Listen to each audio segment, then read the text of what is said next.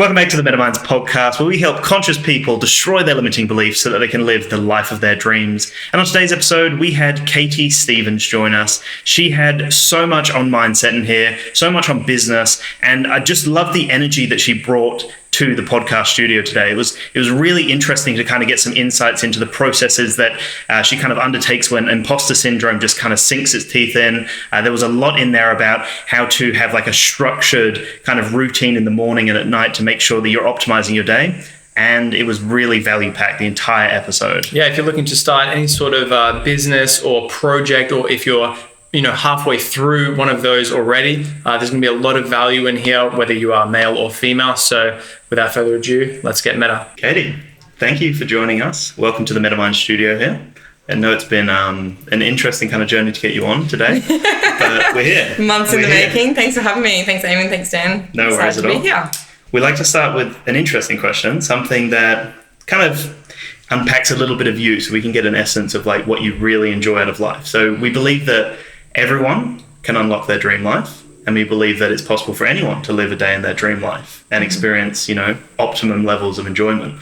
So if you were to wake up energized, ready to attack the day, what would your dream life look like? Like, walk us through what you'd be doing. Okay, so I'm Pisces, so I'm a dreamer. So highly visionary, dream about sort of every situation, dreaming big essentially every day of my life. But I would say the perfect ideal day for me would be waking up somewhere by the ocean. I'm a bit of a water baby.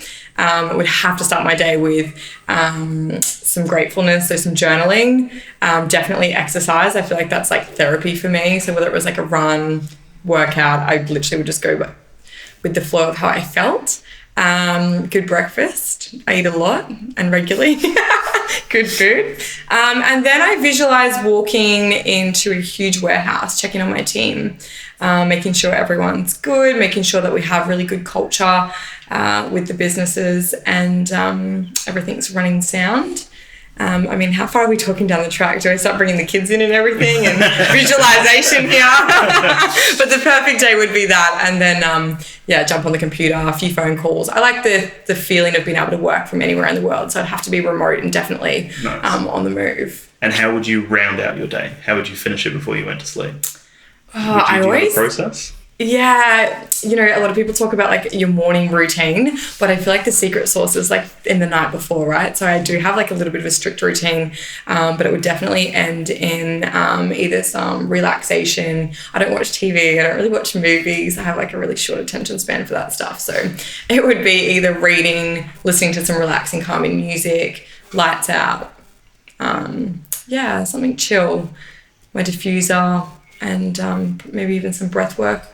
I like that. It sounds like there's a lot of mindfulness in that, and especially for someone that potentially has, I guess from the outside, what might be perceived as a kind of a high stress life. You're running multiple businesses, you're doing so many things. Sounds like there's a lot of kind of mindful slowing activities in there, which would probably allow you to function at a higher rate when you're doing those stressful things. Might you say that? Or? Yeah, 100%. Like that's exactly right.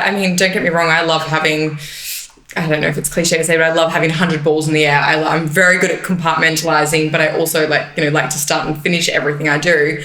I think if you can't sort of start back at the beginning and make sure that your mindset's right, then, or even set yourself up right to begin any day, I tend to find for myself personally, I'm just scrambled. You just feel like you're honestly like chasing your tail and you can't fit everything in, and, even just itemizing that to-do list and prioritizing, and it all comes back, like you said, it all comes back to like, a state of well-being and good mental space. So that's really important.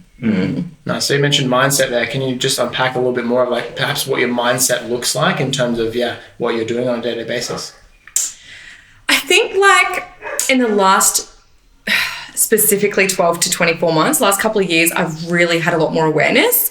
One thing for me is that I move really quick. I get really excited. I'm naturally really high energy. She's one of us. Yeah, I think, again, probably stigmatization around it. I'm certainly not diagnosed, but I hear a lot of the ADHD and like lots of stuff going on. Yeah. But when it comes to being in a state of well-being, I can move really quickly. But one thing, a little golden nugget that I've learned is that if you slow down your breath, you slow down your mind, right? So when it comes to that, for me, it's really important that if I do have 50,000 tabs open, screen in my head or even on my computer.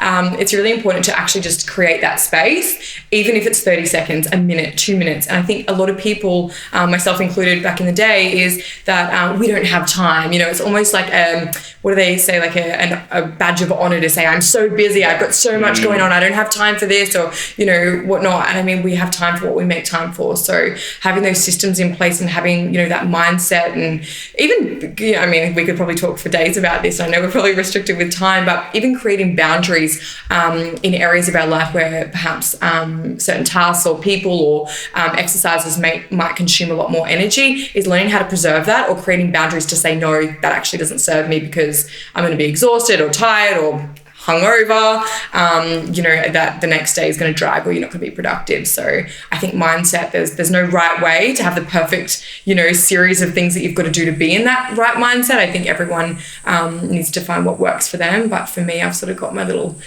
recipe of things that work, and to be honest, I change quite frequently. So yeah, that's it. There's never like a set thing. It always kind of changes, and sometimes it changes week to week, you know. But yeah, it's funny that you mentioned that saying no to thing, because Dan and I have kind of chatted about this recently. There's so many opportunities, and it can be so easy to just, especially in the modern world, technology and everything, it can be so easy to be like, I love that, let's do it, and then you're like, oh no, I've got 500 things going on. So the power of actually saying no is really powerful, especially when you're an entrepreneur and doing those sorts of things. So, you know, in the last like year or 2 years, can you describe maybe like a large problem that you've kind of run into in your entrepreneurship or mindset journey, and then maybe how you overcame that? Saying yes and then not having enough hours in the day.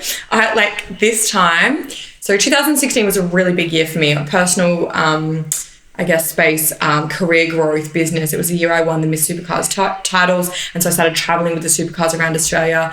And there was a lot of other areas with like magazines and publications. So I was constantly saying yes to media because that was my year of the yes, so to speak. And then I found myself neglecting myself. I found myself not being able to, you know, be really high on energy because I wasn't being able to have the time and focus to be able to have that 1 hour of exercise every day, and everything was getting cut short and that sort of thing. So saying yes, and it's quite funny, but every year I pick like one word that is like my motto for the word, or for the year, or that I like to live by. So it sort of draws me back no matter what situation, scenario, business or deal, whatever it is. And a few years back, it was growth. It was about growth. Then 1 year, around 2016, it was connection. So for me, I was constantly saying yes, yes, yes, yes. If the opportunity was to go to an event, to show my face, to meet more people, to connect with more people, to introduce my networks to other networks, that sort of thing, straight out, full body, yes, absolutely. Even if I felt that I would be so short on time, I would be doing changes in the car. On a Saturday, I could do up to 5 or 6 events. I actually genuinely really fuel off people's energy. So I'm definitely an extrovert. So that wasn't an issue. But then it was the other areas of my life that I would get so stressed when I'd get home. I'd be like, oh my gosh, it's this time. Or my workload is, you know, still piling up. I'm not getting things done. So that was just a shift that, first of all, I just had to actually be aware of it. And then find ways to actually learn how to say no. It sounds so silly, but I'm still working on it now, because I'm definitely yes, let's do this. And I don't like cancelling ever. So once I commit to something, I'm like 110%. So it's just learning to say in a nice way, like it's not a no forever, but for now I'm working on something else and I can't do that. Or, you know, having certain strategies or ways to say no to events, or perhaps joint ventures with other businesses and investments, anything really. So yeah, and I think that message would resonate with a lot of people, because I know a lot of the guests we've had on, they kind of talk about this idea of saying no and the power in saying no. But it can sometimes be hard to figure out like what to say no to and what to say yes to. Yeah. So I'm sure there's a lot of people out there who are kind of considering, well, do I take on this or do I not take on this? Do you have an actual process around saying no and saying yes? Like, do you sit down and journal or figure out what aligns with your brand? How do you make those decisions to go yes or no? It's a really good question. It comes back to your values. And I think for me, like, you know, I'm not saying that my values change every other day, but if you know what you're working towards and what your values are in line with that, you can literally, and for me, I have a list of questions. First of all, does it serve me? And I'm all about, you know, giving back and you know, things go both ways, and being able to offer value to people. And if I know that if I can help someone in their journey of business or personal life, or, you know, just give someone some of my time to help in any areas of their life, I get so much fulfillment from that. So the process for me would be going through my list of questions to see if the boxes were ticked, essentially. And if it served me or if it served them, and if it did, then the next step of that is, if I do say yes, or if I do commit to something, then how much of my time is this going to require? Because if it's going to help someone in their journey, path, business, personal, or whatever, then I don't want to commit to 3 days out of my week or a full day. So then I have to set my boundaries to go, okay, well, I would love to help them. I'm really tight on time. I've got some big projects coming up. However, I need to make sure that I have communication there and I'm clear with that, so that when I do meet up with that person or I do go to that event, that I have my exit plan, essentially. I know when I'm leaving, I have those boundaries in place, and they're non-negotiables, because if I do, exceed those time frames, then everything else sort of gets affected. And especially when I've got a team that work for me, it's not fair for them when you're setting a culture and you're trying to set a good example, because then I become unreliable, and it's like a domino effect. For sure. And there's also a big element of self-care, I'm sure, in there as well, where you need to make sure that you have your own energy and you're ready to take on the next thing. Like if you're running behind the schedule and you're running to another event, like I'm sure that would then be anxiety provoking, running somewhere else, and your energy's kind of catching up to this next event you're running to. Yeah, so definitely. Self-care, like what are your thoughts on self-care? Have you got any practices around how to manage yourself when you have got so many things going on? Yeah, absolutely. So I just actually launched our stationery collection, and in the collection we've got a journal, and it's called Living with Gratitude. And it's really beautiful prompts that you can start your day every day, and you can just write down in your journal and collect your thoughts. So coming back to self-care, is I have like a little space on that page where I can just pick one thing that would be able to essentially put me in a better state, or like we were just talking about before, Eamon, is, mental health, mental wealth, making sure my mindset's right.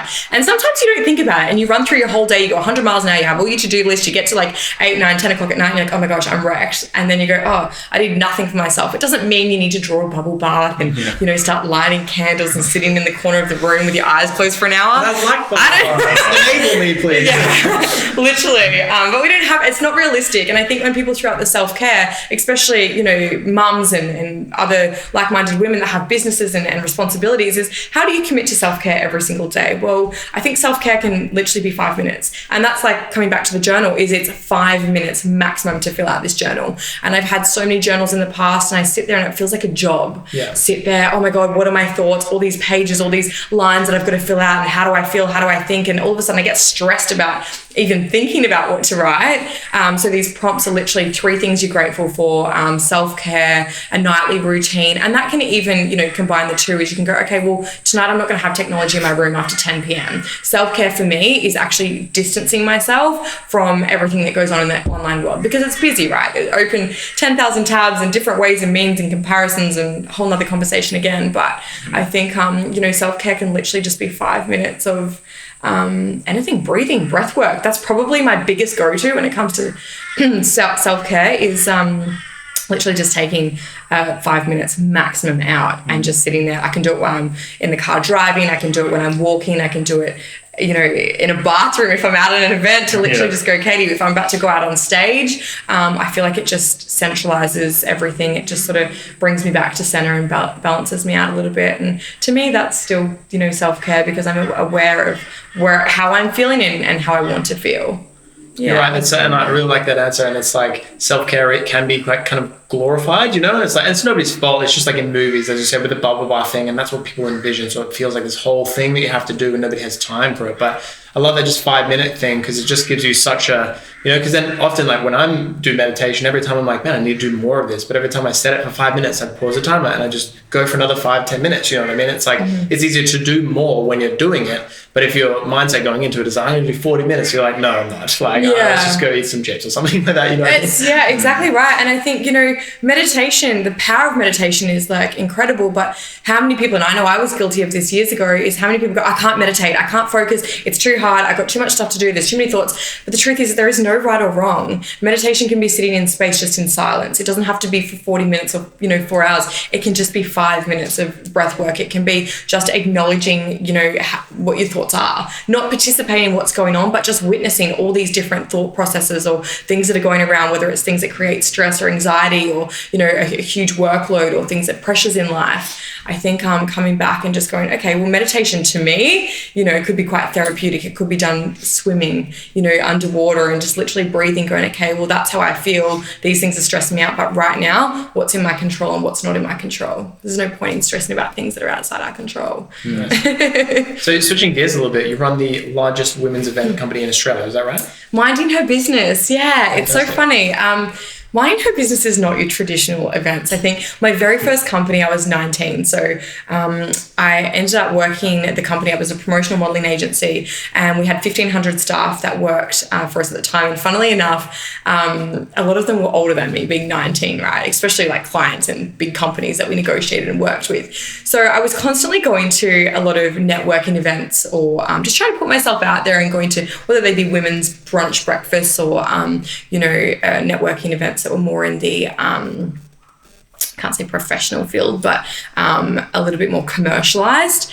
And I just felt that I was like so young. I never fit in. It was a, take your business cards, exchange, alternate drop plate at the table. You get what you're given. If you sit next to Sally and Jenny and have nothing in common, too bad, because you're stuck with them. And I just felt like it wasn't networky. I want to move around. I like to sort of jump between conversations and learn new things about people. And so for me, selfishly, when I created Minding Her Business, it was all about creating a movement where people could come on their own. They didn't need to have a partner or a plus one.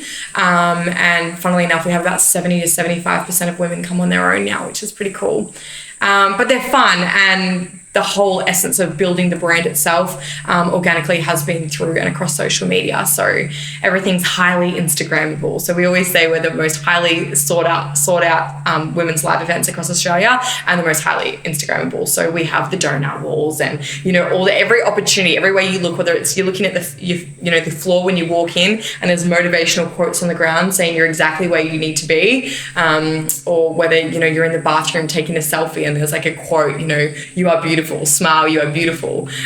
So I guess the whole concept about Minding Her Business is for women that do have startup businesses that are on their own, or maybe they've just had a baby and they're not back at work yet and they're on mat leave. Where do you go to meet friends, or especially like-minded friends if you're in the startup phase of business?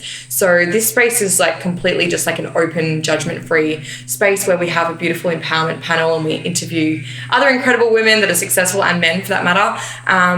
So that started in 2017, and we've never not been a full sellout, so it's been good. Obviously COVID had a bit of an impact on that. So is it online now, or well, you haven't had events? There's always there's always opportunity where adversity is, right? So no, we couldn't do events, and I didn't want to. I thought about it, but I was like, how do you get people to dress up, show up, feel good about themselves, and then stare at a computer screen and cheers your champagne glass? Yeah. So for me, that was really important that I kept with the brand and what we're about. So I opted not to actually do the online events as such, but what we did do was it gave me time to be able to launch our online program, which is called Building Her Brand. It's a 4-week online program, and we just do a set number of intakes throughout the year. It's a little bit more theory-based, but also super deep, where you can connect with like-minded women and just talk about, some adversities that you have in business to get their advice, opinions. And then there's, which was 4, but now 6 modules to just cover everything from marketing to different social media platforms to branding, and pretty much everything that I'm obsessed with in the world of social media and marketing. So that's huge. And it gets me so excited to hear about that, because, having started a few businesses myself, I know that it's like there's days where you get up and you put on whatever your uniform for work, and you go and sit down at your computer and you're alone, And even if your mindset is right one day, even like the next day you can wake up and you can be like, and it just easily drift into, so to have a community of people, because you feel alone, to bounce ideas off and go, I'm not the only one that's experiencing this, and to validate some of your ideas and go through them, that's just priceless. And absolutely. Also what I took out of what you were saying there is there's a lot of businesses that just do the normal kind of thing, and it's just these little touches that you had at these events.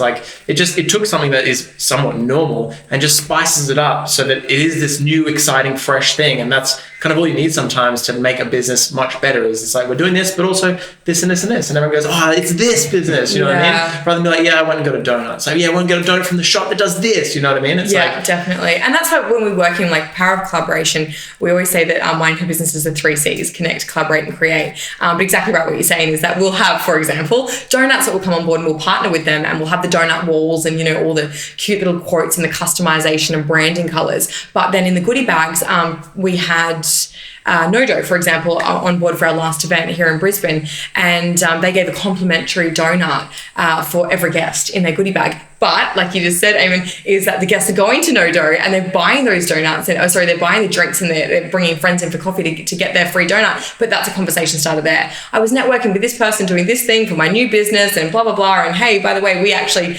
maybe even they're having that donut with someone that they met at the event. So yeah, the power of like collaboration, especially when it comes to cross promotion of businesses and stuff, is it's a world we live in, right? That's awesome. Yeah. So what's the plan moving forward then with Minding Her Business? Like, are you able to start events again? Yes, we started. So last year we were unfortunately only able to do 2, just as far as like time and shutdown and lockdown and everything. We were a bit restricted with social distancing at the end of last year.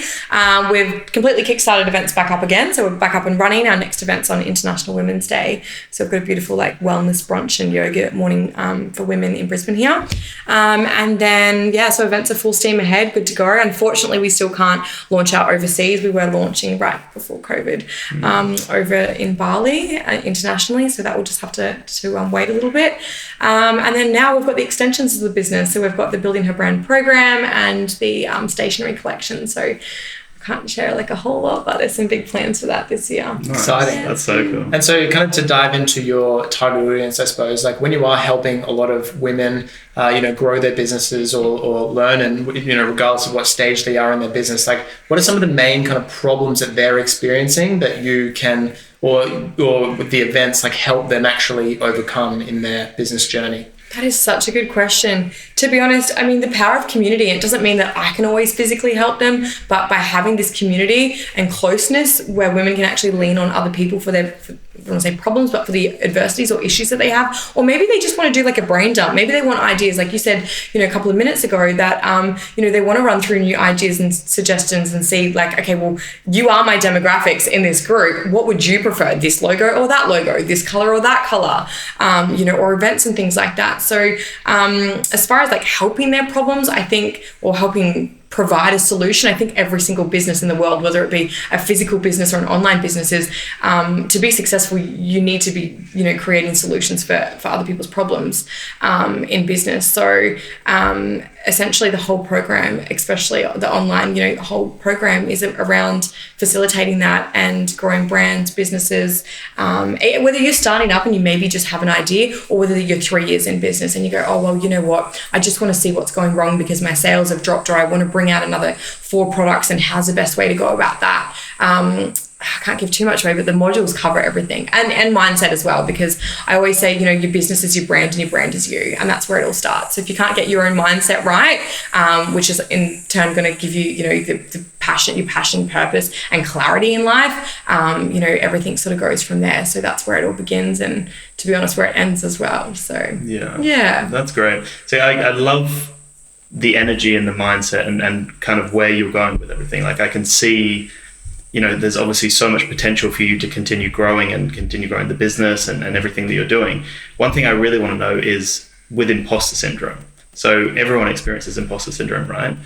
And with you continuing to grow and with it full steam ahead with the businesses kind of developing into what you kind of envision them to be, what happens when imposter syndrome kind of sneaks its head around the corner? Like, do you all have the time? processes? It happens all the time. Yeah. Do I have a process? Yeah, definitely. And I wouldn't be where I am now if I didn't have the support around me, but also my business coach to help with that as well. I would be, absolutely not telling the truth if I didn't say I don't ever get imposter syndrome. In fact, I get nervous before I step on stage every single event. And people are like, Katie, you're so confident. You just have always been so good at this. I'm like, no, I wasn't.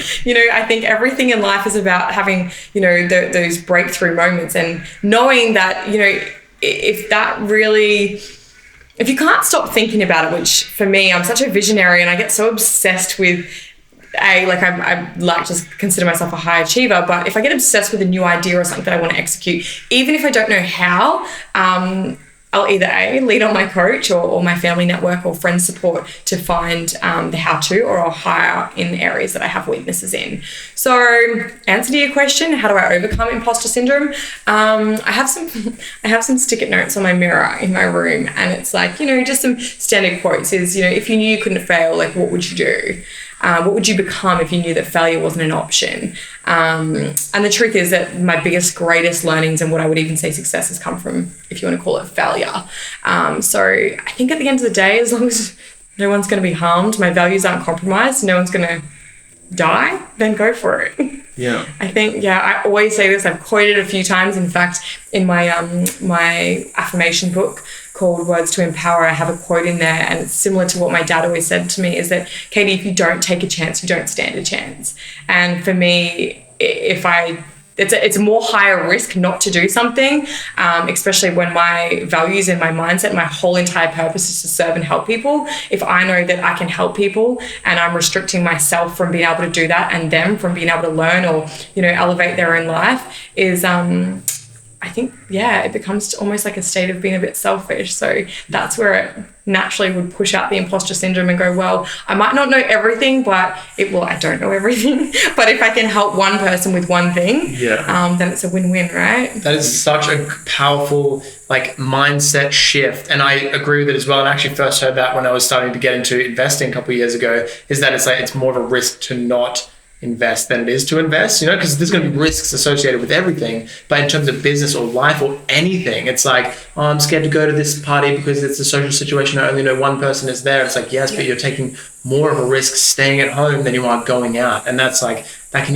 just beat you up the bum and make you go and do the thing. You know what I mean? So I really like that mindset shift. Yeah, absolutely. I think, and there's another saying around that is like the failing to prepare is preparing to fail. And even when you're just saying going to an event and only knowing one person and feeling, oh, should I do it? Should I go? What not? You're outside your comfort zone. It's not comfortable. What do you say? Is if you know that you're going to go into that environment, if you know that you're going to do something that you've never done before, is prepare yourself and be like, that's okay. I can sit in this feeling of feeling uncomfortable. I can feel, the squirmy nerves inside my tummy, or have self-doubt or imposter syndrome like we're talking about. But that's okay, because that too will pass. And what's on the other side is far more beneficial for yourself and everyone in these circumstances than saying no, because there's nothing. I mean, I don't know. I always think, what if I don't do that? What if, you write your pros and cons down and you think about them and you think, well, what if I don't do that? What are the sacrifices for myself, for people that I can help, or areas that I can improve on for my own personal growth? And if they outweigh just going for it, then there's nothing else to think about. Just start.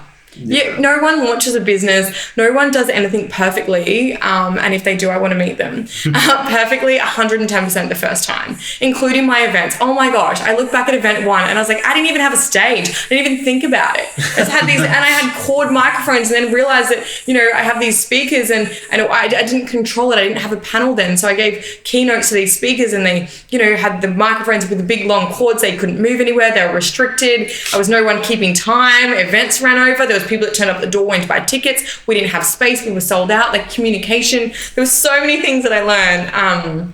But I think people can be very quick to go, oh, but it's always been that great. I'm like, everything just gets better and better and better. Or, as we learn along the way, we learn how to fix these things so they don't happen next time. Especially in events. And a lot of that kind of perfection, when people see a lot of that perfectness, it's because of how things are presented online. It's not that we're intentionally manipulating people. We're obviously just showing the good parts of the event, but everyone's like, oh my God, that event was perfect. It's like, absolutely it was not. There's so much things that went wrong, but allowed you to learn for the next time. And it's tough because, Instagram is a highlight reel, right? Yeah. You show a glimpse of your life, and it's not because I hide anything personally on a business level, personal level, or, with my following and whatnot, but you can only share so much unless you just absolutely smash 50,000 pieces of content a day. There's a lot that goes on in my day-to-day life, especially when it comes to preparing an event. So I try to sort of share a little behind the scenes of, hey guys, you know what? We had these 250 cupcakes and they've just fallen out of the boot of my car and they are on the ground and our event starts in 4 hours. There's things that happen that you just think, you know what? It's just going to, one day you're going to look back and be like, that's bloopers, right? At the time, it's really stressful, but it's just, I don't know, it's overcoming these things, but being authentic. And I think, coming back to social media, and I know that, you're in film and have the background of all that sort of creative work, but I think being vulnerable is really, really important, and adding value when it comes to growing your social media, when it comes to growing a brand. People don't want to just have products thrown in their face or events. Come here, buy a ticket. They want to know why. They want to know, back to what I was saying before, they want to know how you're solving one of their problems, or how you're creating a judgment-free or a space where they feel confident to come. So I think it all sort of connects at the end of the day. But when it comes to social media, it is definitely, whether people or not are so out there and real and honest and vulnerable, it is still a very, very, very small percentage of someone's day. I was actually saying to someone the other day, I can't remember what the maths is, so I'm not going to do it on the spot, but I was like, if I do an average, which I probably do an average of 10 to 20 Instagram stories a day, each Instagram story goes for about 15 seconds, right? And then it taps over to the next one.